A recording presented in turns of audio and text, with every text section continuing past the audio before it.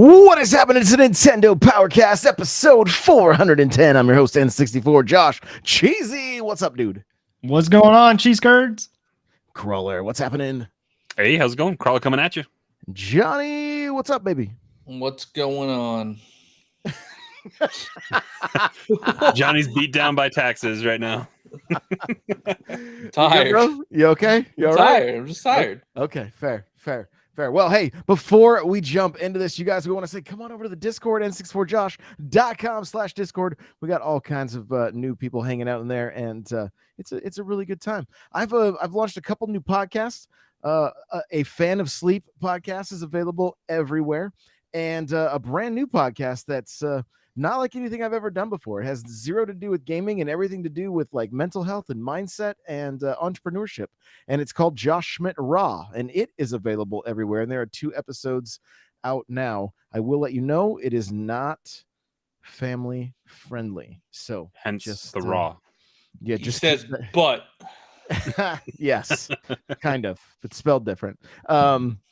Yeah, so that's been it's been super fun to get into that kind of stuff, and somewhat terrifying at times. So go check that out. And of course, the history of Mario Kart and the Mario Kart guide still available at n64josh.com/history of Mario Kart. Before we get into the episode, Cheesy, where can people connect with you? You can find me on TikTok, Twitter, Instagram, Twitch, CheezyC64, CheezyC64. Just it's cheesy with a Z, C64. There we go. You know what? easier. I just real quick, I had kind of an off day, and then Too much my wife. C-SPAN? Is that what it was? A little bit, yeah, some of that. And then my wife and I were just like hanging out, watching TV, and I was eating popcorn. And now I've got a popcorn kernel shell stuck between my teeth and my gums. So like I'm just ready to have a good time. You know, let's let loose and just have it be the best podcast. That makes me want to rub my tongue across my teeth and try to. It's awful. It's there, and I feel like it's like a prize. You know, eventually I'll get it. I'm back at it now. I'm trying to get it. He just stopped. He's just like back at it again. I love it. Crawler, where can people connect with you? I guess TikTok is the question. As long as it's still there, I guess I have stuff there. Twitter and sometimes Twitch, but not really because But Nightcrawler724. Nightcrawler is without the E. And Johnny, how about you? I'm Johnny Bo everywhere, especially TikTok, even though they're hacking into my Wi-Fi. Oh my goodness, we could do a whole show just talking about that. You guys were Johnny and Cheesy were on a different show this week. Where can people find that?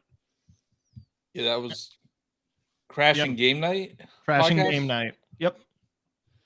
Well, there you go. And we talked about a lot of Nintendo stuff and how the $70 price point is awful. They all agreed except for Cheesy. I love it. That's great. Well, go check that out. Crashing Game Night, you said? Crashing Game Night? Yeah, podcast? Crashing Game Night. Cool. Yeah. Awesome. Very, very cool. I think we're going to start with we've got some hands-on impressions of, wait, help me with the names. Cheesy, the game you played. Death. Have a Nice Death. And then what's the Bayonetta prequel or whatever? Cereza and the Lost Demon. There we go. Let's start with that one. Let's start with Cereza. Yeah, so this is my first Bayonetta game, and I know it's a spinoff, so it's completely different than what the original Bayonetta games are. And it's an origin, right? It's an origin. So Bayonetta, from what I understand, her name is Cereza, and I think you learn how she becomes Bayonetta, but from other sources, I've heard that with Bayonetta 3, the lore is kind of messed up. So it's like you don't really know who this game is for, because if you're playing this origin story and you want to play the rest of the Bayonetta games, so it's not like that. But then for the fans of Bayonetta, they're going to play this game and the lore doesn't work the way that it should because of Bayonetta 3. I don't know. But what I know from playing the game, it is so close to being a great game. The music, the art style, the narrative is so good. It's like told in this like storybook narrative, and is voice acted. So there's like somebody that's reading the story to you. Wonder how much So that's they paid pretty them. cool. What? Wonder how much they paid them. And it really just comes down to the gameplay that is kind of a bummer. Not like the whole time, but what makes it really confusing is when we saw trailers for Cereza and the Lost Demon and we saw gameplay, I guess I kind of thought maybe Cereza acted like a Olimar and the demon was like a Pikmin. So you kind of told the Pikmin what to do. You told the demon what to do.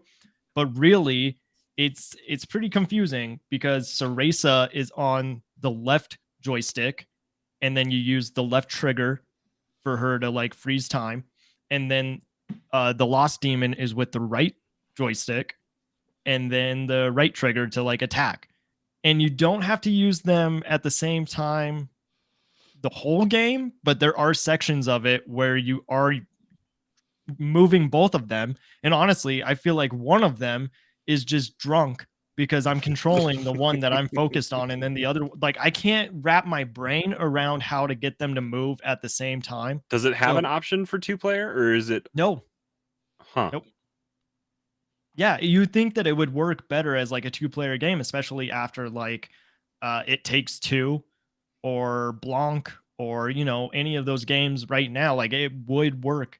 I was saying really it, well sound, that it sounds way. like Blanc, because you can play Blanc 1-player or 2-player, right? Where you're controlling, I think. Yeah. Yeah. But would this be better to sit down with like your wife and have her have one hand on the Pro Controller and you have one hand on the other Pro Maybe. Yeah, Controller? if you and then want to get like real close. You're working on that. or Joy-Con, Does right? it have to be a Pro Controller, or can it be Joy-Con? Is one person can do one Joy-Con and Yeah. the other can do the other Joy-Con? Yeah. Yeah. Link together style, like That's Yeah. so weird. Why would they not advertise it as a 2-player game when you can use the Joy-Con? Because I'm gonna be honest, most of the time I'm playing Switch, it's with the Pro Controller. mhm. So I didn't even think about using the Joy-Con and separating it that way. But yeah, you could have somebody else controlling the other character just as easy. If you guys played Nintendo Land, you know all too well that you've got to play very similar with Animal Crossing. I actually thought about that though, and I think the way that game works is it's a little easier because it's like a pathway that you kind of follow all of the villagers, and this one is just like an open arena.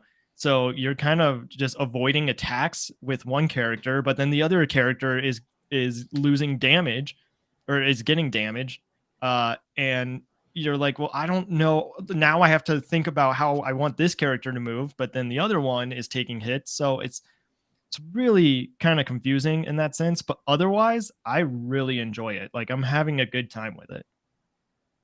So does this make you want to play the other Bayonetta games?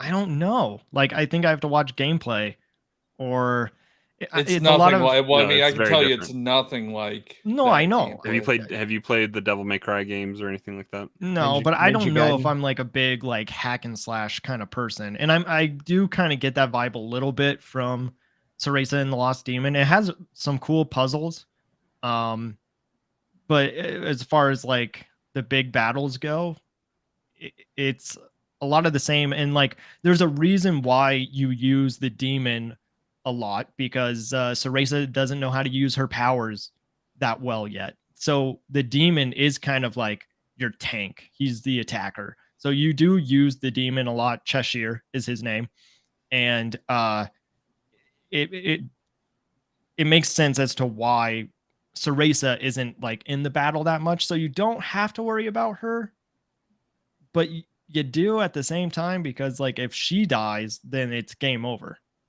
If the demon takes the hits, it just turns back into a stuffed animal, because that's what the demon is. It's her like childhood toy.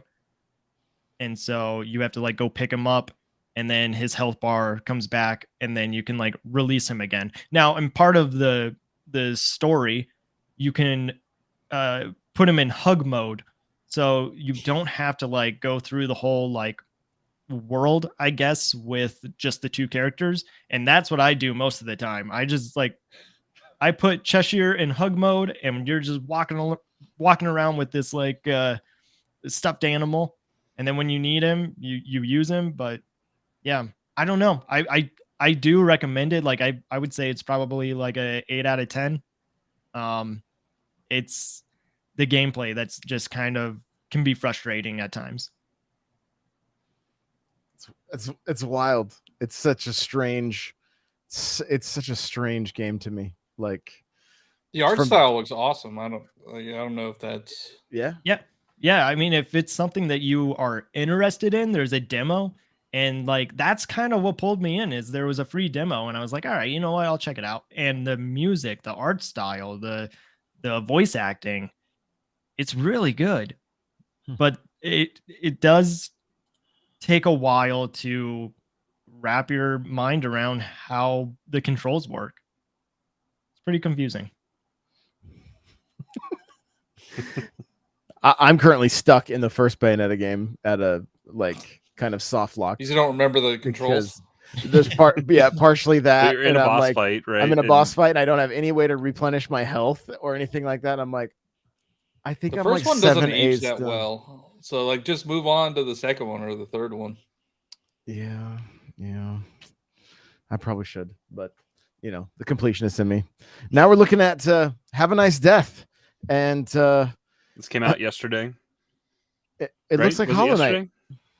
It Yeah, it looks came out like in the Hollow game. Knight, but it plays like Dead Cells meets Hades a little bit. Okay. It reminds me of like, well, it's a roguelike.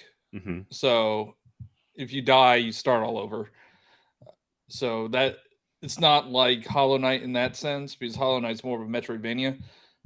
It reminds me of Binding of Isaac in a way, because you go through floors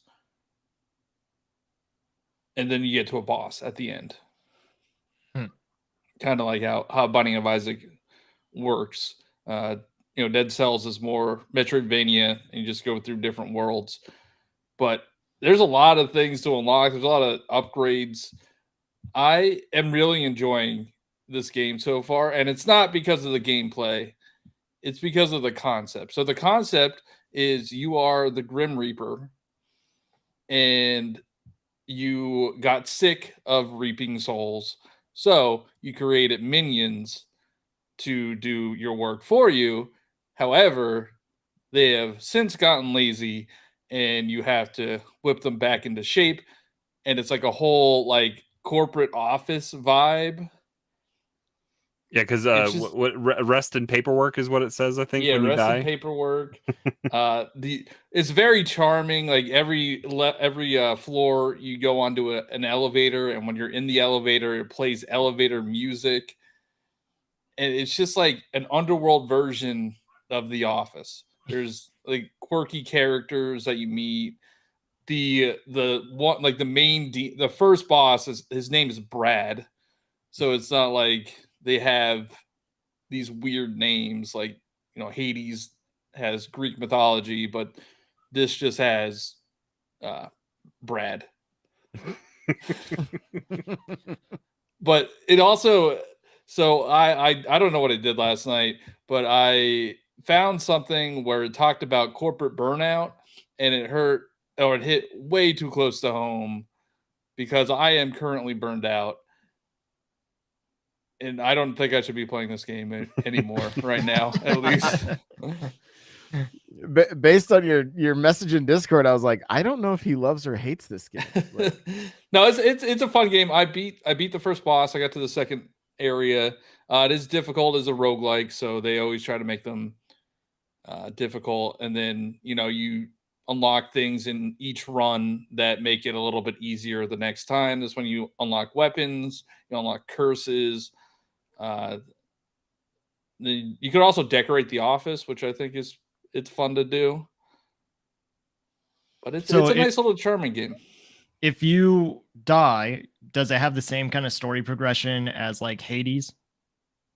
No, it doesn't. I haven't seen do it stuff as like that. as aggressive as Hades is when it comes to like you have to die to progress the story. I mean, you do level up when you like after each run. You level up, which unlocks more things. The gold bars is the persistent currency. There's souls, which is the run currency. So like the little 20 in the top corner there.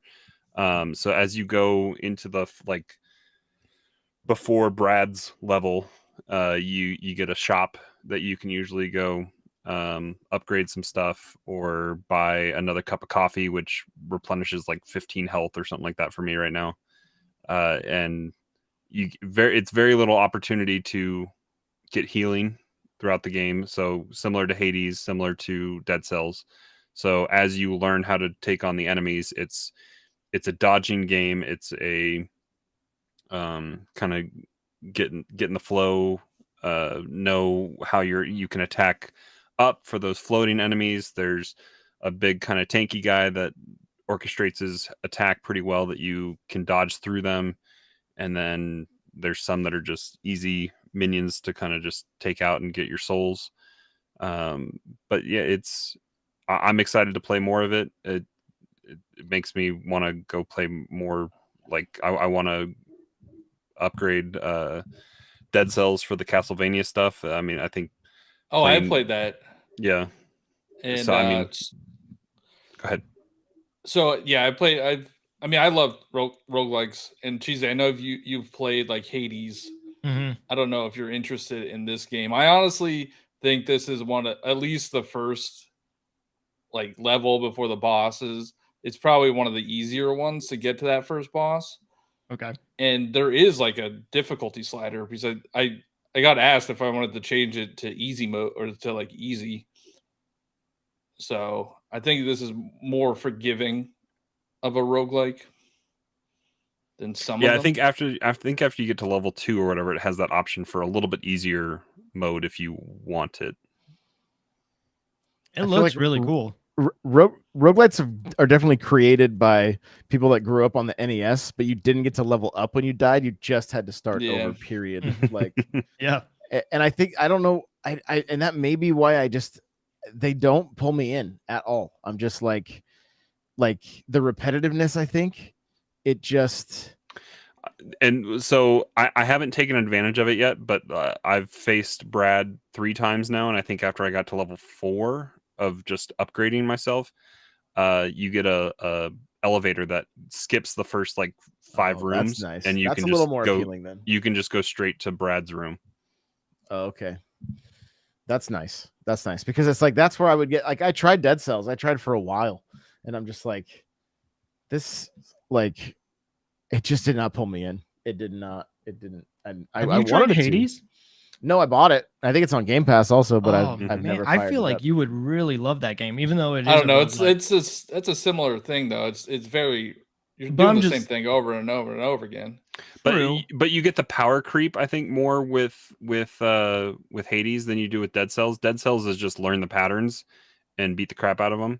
And you get some stuff to go reclaim to make it a little bit easier, but Hades has all the different weapons that you get to unlock, the power that you can unlock with your in-game currency and the mirror or whatever, I think is similar to this game where it just makes it, you feel more powerful as you progress. So it's not just empty kind of time spent, I guess. Yeah. So I think you would like Hades, Josh. And I mean, it definitely, this game has similar vibes to Hades. Well, and listening to you guys talk about it makes me think Mega Man, right? Like Mega Man X is one of my favorite games, honestly. Like it was one of the original games I owned on the SNES, and it was that kind of thing. You could choose your path, and then you would get the weapons you needed for the next boss or whatever, and then you could beat that boss quickly, right?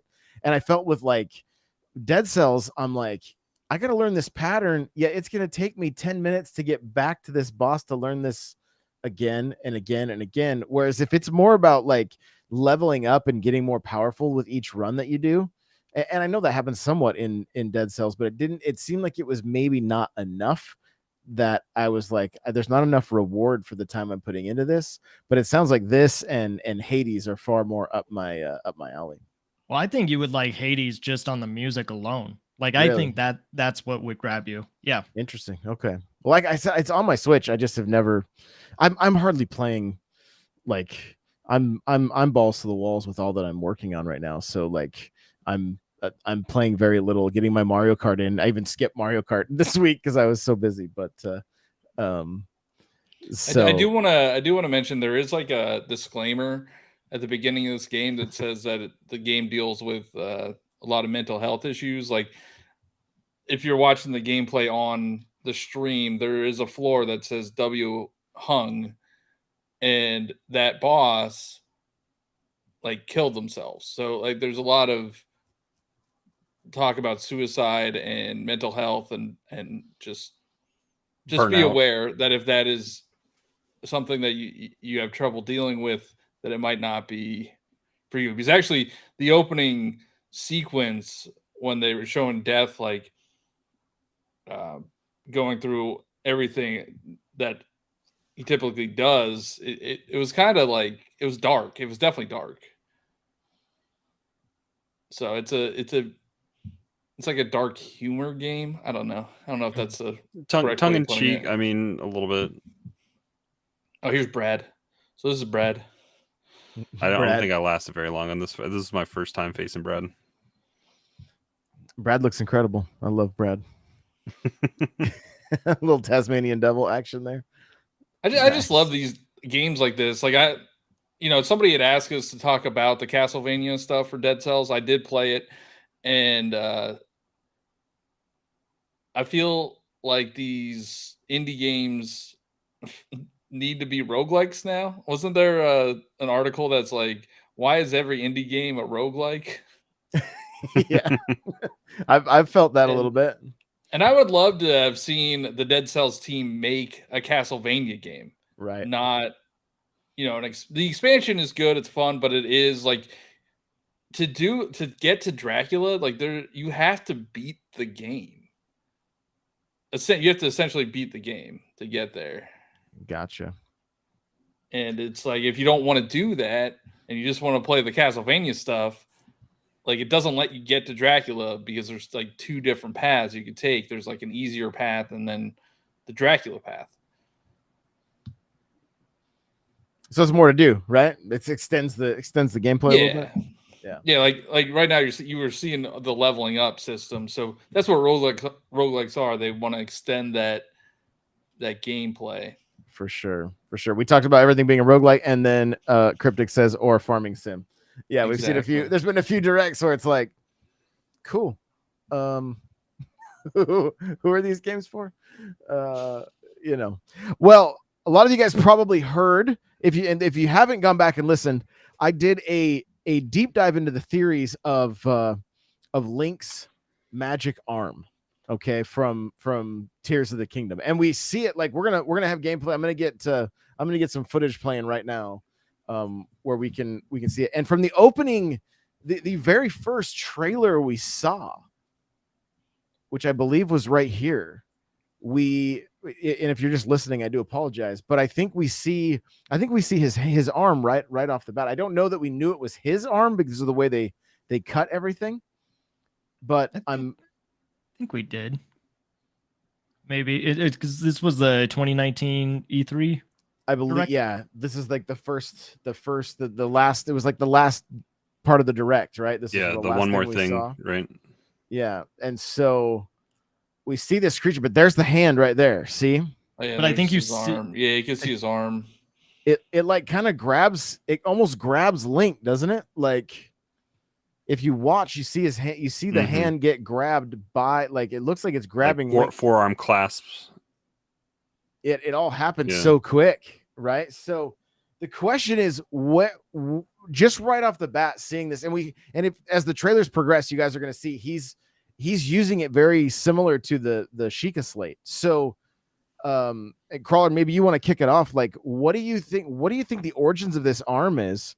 And then I'm going to go into. I have a bunch of theories, like I said, that we can kind of touch on. But what do you think the origin is? And then what, like, any kind of speculation on your part, feel free to add.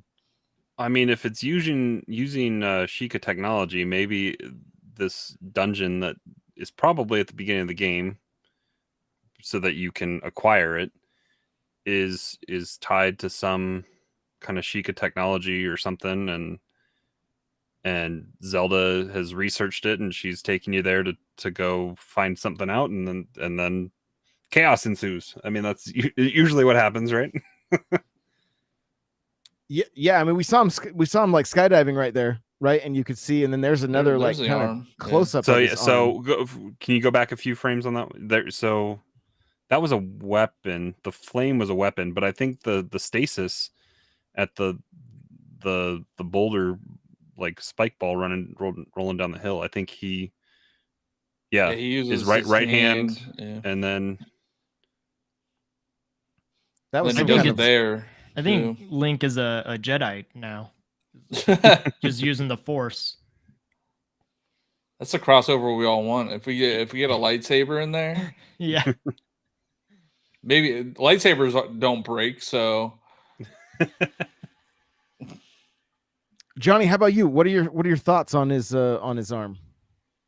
well, I mean, it does look like that is going to be the Sheikah powers or whatever the Sheikah slate. But there was a picture. I think there was a picture of Zelda holding the Sheikah slate, so it must still be around. But because she uses it in Hyrule Warriors. Hyrule Warriors. So maybe she takes on using the Sheikah slate, and you get the arm. Yeah, it looks different though, doesn't it? Because like the one that she's holding now looks like a Switch. That's what the Sheikah slate looked like in Breath of the Wild. looks like a cell phone a little bit. Yeah, I think it was a little different. But even in those hieroglyphics, look at the arm that's making the circle with her. Like, you see, doesn't it look like it has some kind of, like, we can only see it's got a circle. It's got a circle. Yeah, on like the forearm. It looks like it doesn't look like a regular, like, I mean, obviously it's the hieroglyphic, right? But I don't know. It looks a little different than just than her arm. So, like some kind of prophecy or something. Cheesy, what are your thoughts with this thing? I'm not sure. Like when you look at his arm, he also has claws. Like he's got long fingernails. So it's like, is it part of Ganon? Because what wasn't it in the last trailer that says "lend him your power"? Isn't it Zelda saying it? We assume to Link saying "lend me." Oh lend yeah, me your power? yeah. Is it me or him? Because I think that changes a lot of it. If it's Zelda saying "lend me your power," then Link is giving his power up to Zelda. But if she's talking to like Ganon because she wants Ganon to save Link, then I think that's something different. Well, and the very beginning, like of this original trailer, we're back at the very first trailer. You can see the hand; it's right there, like it's in the middle of the chest of whatever that is, whatever that guy is. Yeah, that is right in the center. I'm gonna pause it when we can see it from more of the side, and so is it holding back malice? Is that what's going on right there? Is it? I don't know. And the first thing from the last show the solo show that I did, the first theory is that it's how this is tied to Skyward Sword. And to me, it's interesting that we've seen Skyward Sword is out on the Switch, and then we see the way this game plays, or some of the aspects of it. Skyloft like, stuff. Yeah, and so it's like, But I'll just read a little bit from my notes here, and it says, In Tears of the Kingdom, we see Link has a mysterious right-handed black arm adorned with tattoos. It's interesting because it resembles a character from Skyward Sword named Girahim. Girahim is the primary antagonist who serves as the sword spirit of the evil Demon King Demise. And is this origin stuff? Are we seeing more like? Is this the beginning of like? Well, it's still not clear where Breath of the Wild falls Right. in the timeline because the Hyrule Historia came out after Breath of the Wild or before So you're Breath of saying the that Wild. that's not Ganon though, because Ganon doesn't exist in Skyward Sword. Hasn't well the Because it's well, Demise. the Triforce originated out of Skyward Sword, didn't it? Yeah. And Ganon's a part of the Triforce. I'm just gonna be honest. I wish I knew more of like, and I was more efficient on the lore of Zelda because, you know, We're obviously gonna get roasted because apparently Demise is Ganon, and I did not know that. Well, you know, you can't blame me. Skyward Sword like sucks. So like I could not get through that game. it's a good game in theory. It Like was this- just this- it was poorly executed because it relied on Motion controls. and then it has. I need to revisit it, and I want to revisit it before May when this comes out. But like the fights aren't creative at all because it's too predictable because of the way the combat was. It was swipe the opposite way to open up the enemy that you're fighting. It was all just diagonal swipes per the motion control, and even when they move it to stick control, it's still kind of rudimentary, just easily kind of the patterns aren't as crazy and random as they should be for a Zelda game, and so they become predictable and kind of non-challenging. Before we lose everybody, we should go back to what is going on with Link's arm in Tears of the Kingdom. I mean, Well, I mean, I think he's borrowing some kind of power or some kind of power. Do you think he's Well, that was a borrowing good- it, that or was a do you good think shot do right you there. think it like it's borrowing him? I think he's turning into Ganon. I think it's That would don't know. explain the hair. Like they have not Right, explained 'cause why his he has hair grows long out. hair. Mhm. Yeah, why he has his hair in a ponytail, So not Do in we the think air. timeline wise, do we think this game takes place before Breath of the Wild? No, I think it's Mm. after. Okay. Oh, that's a good shot. That looks like that's Link, like becoming a monster, right? Like kind of Beauty and the Beast style. Well, it looks like the hand is coming off of that creature that was laying back, Yeah. Mm-hmm. potentially. But then the next shot, there's almost like it's showcasing what took place, right? Like it's almost like a there's Reminder: there's- if you're on Spotify, turn on the video so you can look. Yeah, absolutely. Because if you look at the shadow is different than what's actually happening to the his hand on the hand's body. still on the chest. Yeah. So it's like it's showing whatever What happened? whoever that is, it's showing them getting it's so in just a theory. That thing either looks at Zelda and Link and says somehow tricks them into saying, "Hey, I'm trapped here by this, please save me." Or they're going down there because they know Link needs the power that's actually holding that thing, and they're going to run the risk of potentially releasing more Mal because it. Yeah. Is this the opening cutscene, you think? I don't know. It's a good question. First 20-30 minutes at least, though, right? I mean, how quickly do we get the Sheikah Slate? It's like you grab it as you leave the temple, right? believe. Yeah. So you that- wait. So you wake up and then you leave the temple. So I mean, this has got to be first little bit. I wonder what if his rings represent anything on those hands. Those nails are incredibly aren't they long.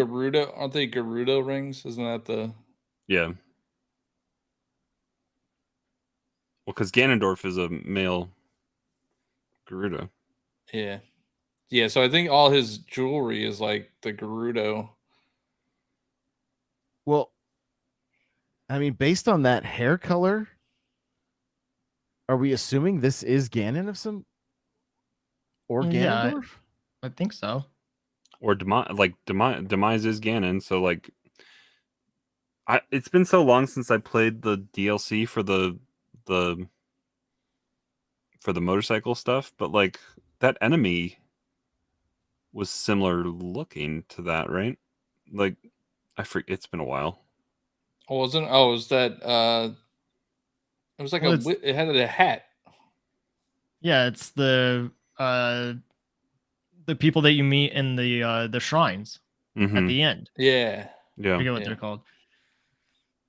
I don't know. Man, Cryptic we did not asked- do our research before this one. Well, no, Cryptic it's okay. asked, We're just talking theories. And I'm going to deep dive into the timeline is something I'm going to do a complete series, like a whole video on, and then I'll do just a bunch. I'll bring a bunch of notes and stuff for Ganon himself, and we can dig into that. Like I want to spend the next, like, up until the launch of Tears of the Kingdom, I want to make sure that we are talking about this game on the regular and really getting in and understanding more of the lore of this series, because it's so intriguing to me. Like it's so intriguing to me. So I'll have to get my Hyrule Historia out and brush up on that. Yeah, but that doesn't have Breath of the Wild in it. Yeah, but I think Skyward Sword is going to play a part in this a little bit. Cheesy, what were you saying about Cryptic? Cryptic asks, "Do you think we still get a direct about this game? I feel the mystery is making interesting conversations." No. Yeah, No, personally, I hope we don't. I think we get another trailer. We get a final trailer. We might see something this A weekend. console announcement, a Pro Controller announcement. We need the console announcement. We might see something this weekend because they're at PAX True. with Tears of the Kingdom. Yeah, they have like a whole booth. Well, not really a booth, but they have like the It's like there's Link like a display amiibo there, like the big statue, and then they've got like a big screen. So I don't know, but it would be weird if they were just showing the same thing that we've already seen. Like, why go to PAX? Yeah, they don't have a playable demo, so Yeah, which is good because then somebody would just like speed run it. It's just going to be kiosks of Breath of the Wild. That's what it's going to be. Yeah, you guys, we start Breath of the Wild, and Malice is kind of everywhere. What if this is more origin? Like, what if Tears of the Kingdom is split between prequel to Breath of the Wild and then potentially after? I think it's prequel. Like, but I'm surprised we got a prequel though. Age of Calamity is the prequel. It's 100 years prequel though. Like, I think there's. So you're thinking this is because Link was asleep for 100 years. Yeah. So you're thinking this is before Age of Calamity then. But like, is Age of Calamity even canon? Because there's time travel and stuff. So I don't know. We're talking the Hyrule Warriors game. Mm-hmm. yeah. I thought, I was under the impression, I'll check, but I thought that game was canon. I think people wanted it to be canon when they were talking about it, but then when you actually play it, the ending doesn't actually end up with the way that it was in Breath of the Wild. So yeah, it's Hyrule Warriors is considered non-canon for the Non-canon. canon guidelines. Yeah. Okay, so it could be a prequel. I'd be surprised if they did prequel though. There's so much that happens in those quick cuts. Like, Wait, hold on, Well, guys. Wait, go back to the castle, because we see the castle rise as well in one of the cuts. But Yeah. that first shot of Overworld was pretty tame.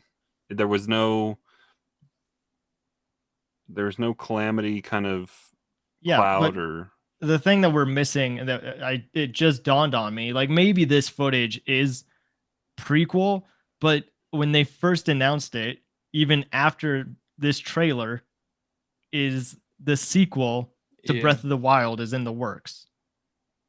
yeah. I mean, But they could be lying. they wouldn't have told us like, I don't know. Also, it could have time travel because they've had time travel in The whole Zelda reason that it was games. called sequel to Breath of the Wild is because apparently the name gave away something. I don't think the name gives away anything.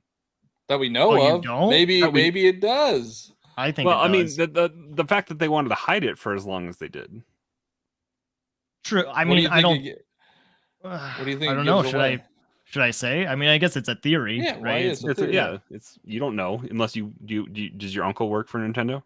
No, they do actually. Okay. Yeah, I've got two of them and an aunt actually. So, I don't know. Tears of the Kingdom. Does Zelda die?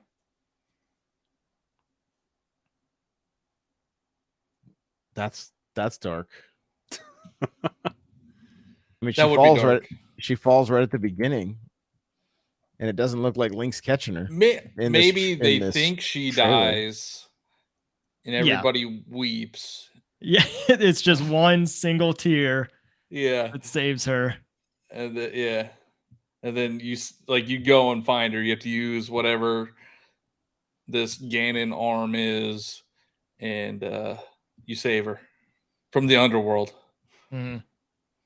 He'll Because just reincarnate again, right? Like, isn't that what this all is? Like, Link is reincarnate a bunch of different times, and same with Zelda, right? It's just the Triforce continuing on. Well, and look at this. This happened so quickly. There's only a few frames, but he's like, the conclusion I'm coming to is that Link somehow either he grabs that hand or that hand grabs him, right? The arm. Mm-hmm. And then Zelda and this character here are both falling. His face looks like he's terrified, and it looks like he's falling backwards. Well, he's dead. He probably was terrified from the beginning. Well, his eyes are glowing, though. Remember, he woke up and looked at her. So, and also, what's this hole in his chest? such a goofy cut. That's where the claw was pierced into his chest. You see how It's like- quick it is? Like, they don't give us anything to like. It's like 7 frames, and it's gone. And this is the very first trailer too, right? Still, Yeah. it's Yeah. just so few frames. so- It's crazy. It's also with the arm too. Like I really wish that they would have put Twilight Princess on Switch, because it sort of looks like Midna's powers. Yeah, it does. And then And obviously see this is like Skyward Sword. we see Zelda falling, and then it cuts to Link free falling. The arm looks mechanical in those shots. Like, it doesn't look. I mean, I said it at the beginning. He's a Jedi. It's got a Well, mechanical arm. It's all lining up, folks. It looks like the is it the ancient armor and those like the ancient are they the ancient weapons from Breath of the Wild? If you guys recall, you know, the ones that were blue and like they were glowing Yeah. blue and stuff. Like, but there's stuff I getting just- tore up. Like, So the malice is all still there. Like that looks like that's the sunset at the end of Breath of the Wild. And so maybe I don't know what is making the castle go up. the castle But did that in Ocarina, didn't it? I don't know, man. Like I said, like I wish that I knew more about Zelda, because like I haven't played that many Zelda games, and I like, as somebody that loves lore and world building, I'm sad that we can't talk about it the way that we should. And like, everybody's just making theories right now, so nobody actually knows what's happening. But I'm sure there are a lot of dots that you can connect. Sounds like we need to have Cryptic on next week. There are there's other like indications that it could be in the past, or at least parts of it, because the bokoblins have like the large horns, and those like hieroglyphics have bokoblins with large horns. But in Breath of the Wild, they only have little tiny nubs, kind of like they evolved from the large horn into. So you're leaning more on the little prequel one. again? I think it's gonna be both. I think we'll go back in time and then forward, kind of like how Ocarina of Time works. You go back as a kid and then come to the future. Time travel was a thing there.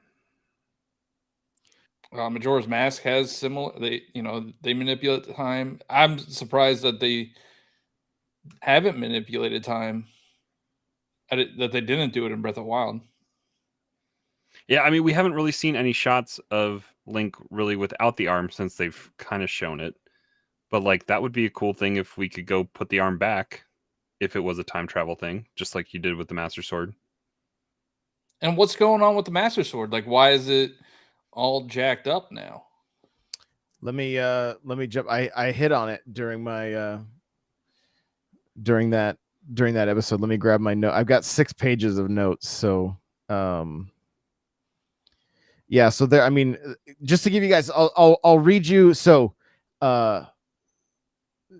just a handful of the theories, right? That like it's linked to Skyward Sword. That there's, let's see, where's my second one here? My notes don't look super great. That it's potentially tied to Fi, which is the spirit residing within the Goddess Sword, which later becomes the Master Sword, which is more Skyward Sword stuff. Yeah. But so here we go. Here's one of the theories. Malice is dark, corrupting force, first introduced in Breath of the Wild, often associated with Calamity Ganon. This malevolent energy has the power to possess creatures, create monstrous beings, and even corrupt the very land of Hyrule itself. Considering its destructive capabilities, what if Malice also affects the Master Sword in Tears of the Kingdom? The consequences could be dire for Fi as well as the sword's functionality. Some fans are speculating that Malice might weaken the Master Sword or even cause it to melt or transform over time. In this scenario, the Master Sword would eventually become Link's mysterious arm. This would mean that the new arm's abilities are directly tied to the power of the Master Sword, potentially enhancing or altering its capabilities. Again, just a theory. Weapon dexterity is back, apparently. Which is fine. Weapon durability. But I mean, we're talking about travel, and we're just thinking Link, but what if Ganon's going back far enough to do something to affect even the like knowing that the Master Sword has always been his demise? That wasn't meant to be a pun. I see what you did there. That was pretty clever. I didn't mean to. But then, like, the dragons also, I think they're called Zonai. Like, those also are going to play a part somehow. The big ones that are flying around? Yeah, because... the first time... all of the... First time I saw those, I was like, this is the best game I've ever played. Like, I loved that so much. Anyway. And then you found out you can't ride them. Or kill them. And then it was like the worst game ever made. See, that symbol is the Zonai, like, dragon symbol. Snake eating itself or whatever. Mm-hmm. There's a lot of symbology just in the title alone. I love the chat is so getting into this ribbon. Is like, yes, Ocarina of Time, the castle was flying. This is it takes a village here for us to figure out the lore of Zelda. I love this is why I don't want them to show anything else. I know there was like a lot of discussion recently about how the marketing for Tears of the Kingdom has been subpar, but then the marketing was Breath of the Wild. Mhm. So what else do you need to do? And it's already trending higher than Breath of the Wild did in pre-orders. So I don't want them to show anything else. I'm good. I don't care if they show anything just for marketing purposes to get more people on board, but give us zero story details. Show us some new, like, I don't know if abilities is even the best word, but maybe some weapons. What's the durability going to be like? What are some of the changes from Breath of the Wild to this game, right? Without giving us too much. The fact that they've been so secretive about this game is one of my favorite things about it, honestly. Like that's there's so much that has us wondering what is this? What's next? Like, whereas like we got into like Metroid Dread and we're like, what? Okay, we know everything. We knew. Yeah, I think We knew everything Nintendo- about Metroid Dread. We knew a lot. Like, What? they showed Kraid. I did not like how they showed Kraid. Okay, well, we saw fucking boss. bosses. Like Emmy, like I think Emmys could have been a fun surprise. Yeah, they showed a lot of they showed the Like- Well, Emmy that would have stuff. ruined their marketing with the amiibo and stuff like But that. like Right. when you have stuff that is a callback to your existing fans, don't show it. Mario movie. I mean, okay, so I hear what you're saying, but to just counterpoint that, it's the second boss. Like, it's not even that Yeah, but you don't know that when you see the trailer. You just know that Kraid's in the game. right. So you went in assuming that that was like the final boss. I just went in like assuming there was like I wasn't gonna be surprised. Like that's a cool surprise. Yeah. I mean, I agree with you. I get what you're saying, but like, were you still not happy in the moment when it was happening? No, because I'm like, oh, I already know this was here. But now that you had the context of it, like that didn't make a difference. What was the context? There's a boss fight in Metroid. Okay, Cheesy, let me ask you this. Yeah. Do you prefer this style of marketing from Nintendo where we all get to sit around and try to figure out what is going on? Like, and obviously Dread's a different game, right? It's a 2D like the story's not nearly as deep. This isn't the sequel to one of Nintendo's, like Dread wasn't the sequel to one of like the Switches. It was a like, sequel after what? How many years? I mean, Shade to Metroid Fusion. Yo. Wow. Like 19 years? it was a little bit hand-holdy, Metroid Fusion. Still good, but a little too hand-holdy, all right? Oh, but it's probably the most difficult of the 5. If you're bad at games. Fusion Fusion? is tough. One of the easiest. What are you talking about? For me, it was one of the easiest. All right. Okay. Because you didn't have to, like, I don't know. Like, It's very linear. It's much more linear than I agree with that. Like, I don't really think it's that. I don't think it is that great of a Metroidvania game because it does kind of tell you where to go a lot instead of you just figuring out where you need to go. But I do think it is very difficult.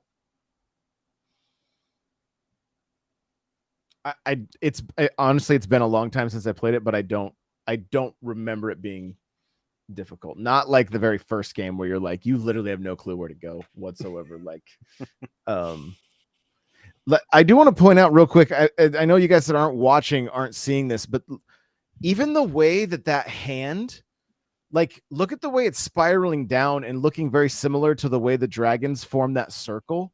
It almost looks like it was a dragon that bit him and then turned into that hand or so, like almost So like such a long tail off of it, you know? There's another theory that a lot of it does have to do with the dragons because when we hear the music at the end of this trailer, it's the same instrument that is used in Breath of the Wild when the dragons show up. So when they're playing Zelda's Lullaby at the end of the first trailer, it's the same instrument that you hear when you see the dragons in Breath of the Wild. I think it's also maybe worth noting, like we see them ride in on the elephant, and we see the elephant drinking, and the elephant, like it. I guess it. Okay, I was actually like, from just glancing at it, I was like, is that a small version of the divine beast? But it's an actual elephant when you see like. Mm-hmm. It looks like, well, not an elephant, but you guys know what I mean. Like it's an actual elephant creature, looking creature. Yeah. but just seeing all the stuff that they're carrying on it, I was like, is that like a small divine beast? And that like it hasn't grown yet. Like I wonder if, so speaking of divine beasts, like I wonder if we're going to be able to use them. Like if this is a sequel, like you take back the divine beast, right?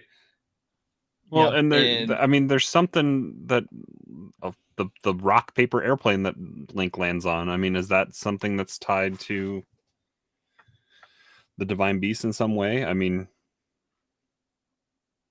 Or is that a bird that you create? I mean, we haven't even talked about all of that. Is that you get to like, Oh yeah, about the vehicle creation Yeah. stuff. ooh, I like where you're going with that, where this Link helps create the divine beasts. yeah, we keep jumping back There and is- forth there between is- sequel and prequel. It's so crazy. Uh-huh. There was a quote recently by, I don't know who it Was was, it but it was by, Enuma. I don't know if it was Enuma, but there was something like, somebody said that you can literally change the world in this game. Yeah. So what does that mean? I think they looked at what people were doing in Breath of the Wild, things that they didn't even think of, and they were like, all right, bet. Like, go even harder and see what you can do in this world. Because we do know that we are playing on Hyrule, the same kind of map. And yeah, we do have what looks to be Skyloft. So we'll play around up there. But I think they're just allowing you to be as creative as you want. You know, like who knows what that means?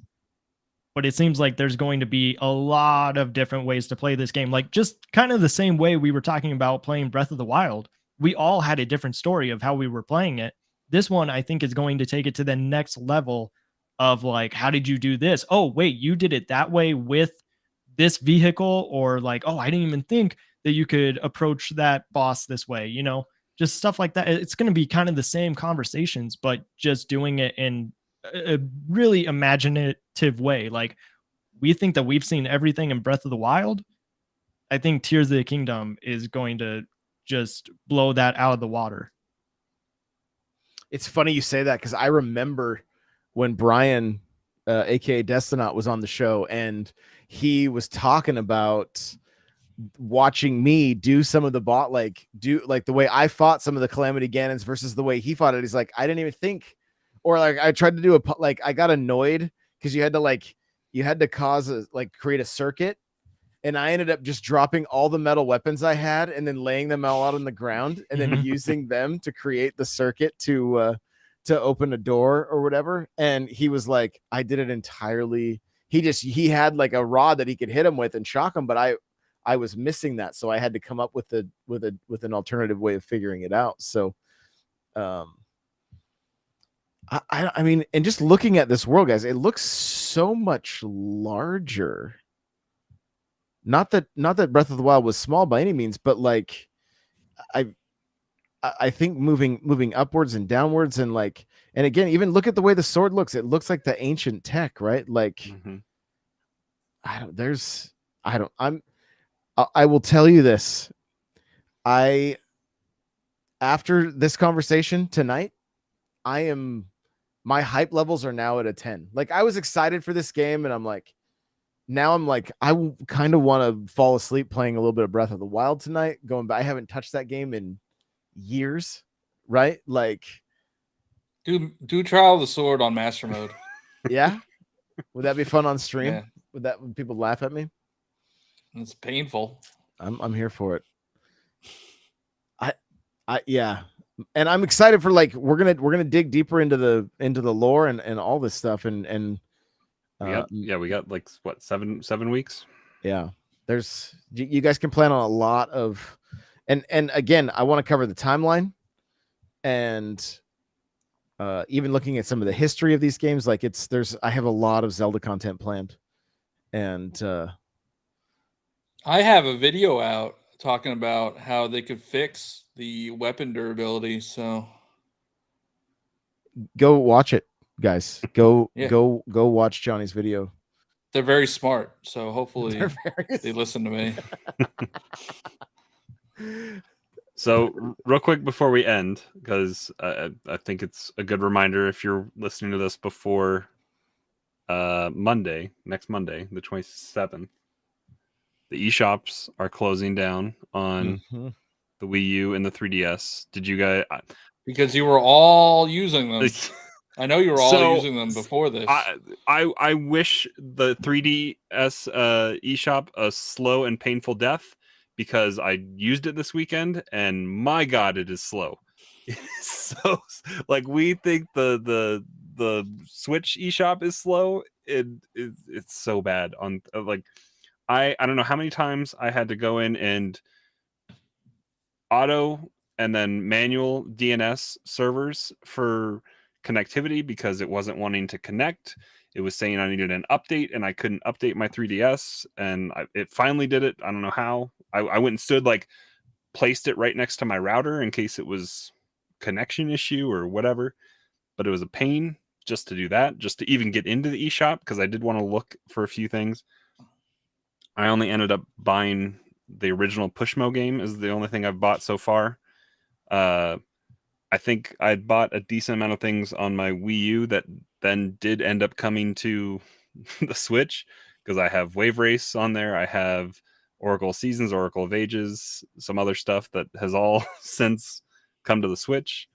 But the 3DS eShop is the search function. You can't filter out like the videos and the other stuff. So it's very slow.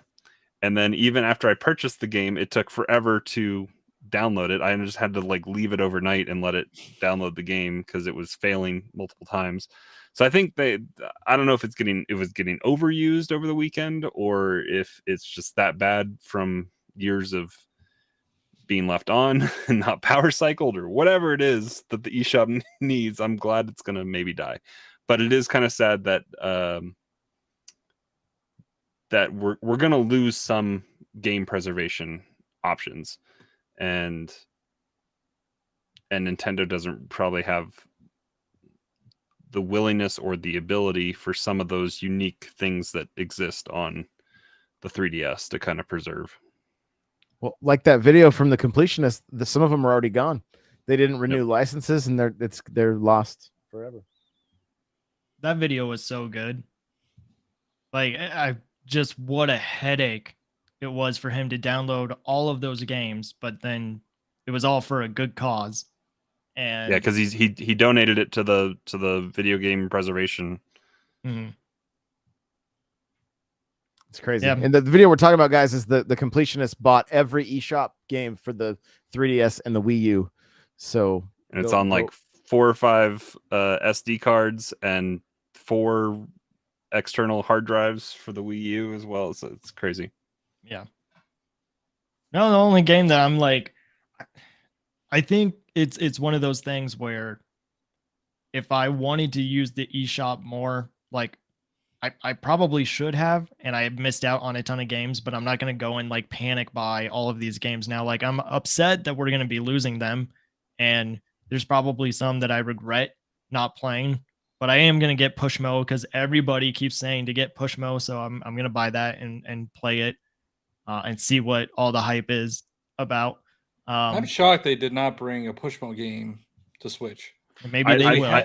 I was staring at the Box Boy trilogy of games and thinking about it, but like I had fun playing Box Boy's Boy on Switch. I played Box Boy on Switch. There are 3 other games on 3DS. I don't think the Switch one wasn't a remake of any of them, was it?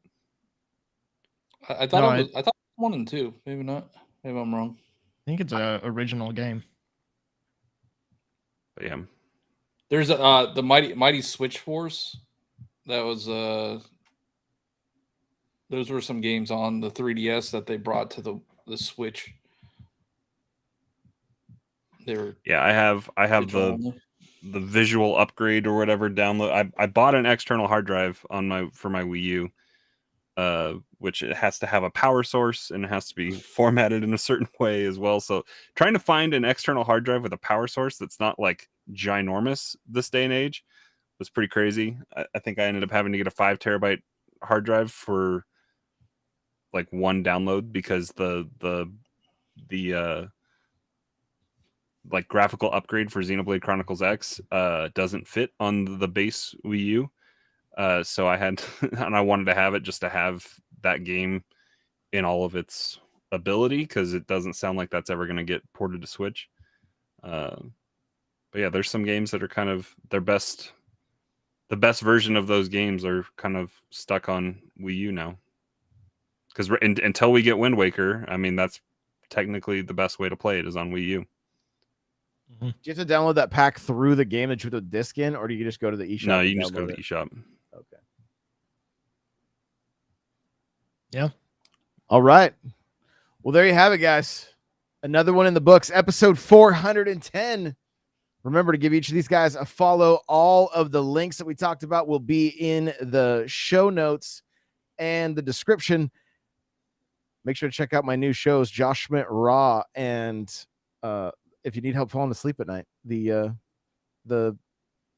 Fan of Sleep podcast. Also, it's National Puppy Day, and if you got little ones, head on over to Amazon and type in The Exciting Adventures of Bailey and Oliver, and you're gonna see a cartoon version of my pups with 35-minute bedtime stories with all the adventures my dogs like to go on. So, including skydiving, learning to swim for the first time. So the adventures of Bailey and Oliver. If you got little ones you want to read stories to and they're into Bluey, it's kind of in the same vein. So thank you guys so much for hanging out. We will see you in the next one. Bye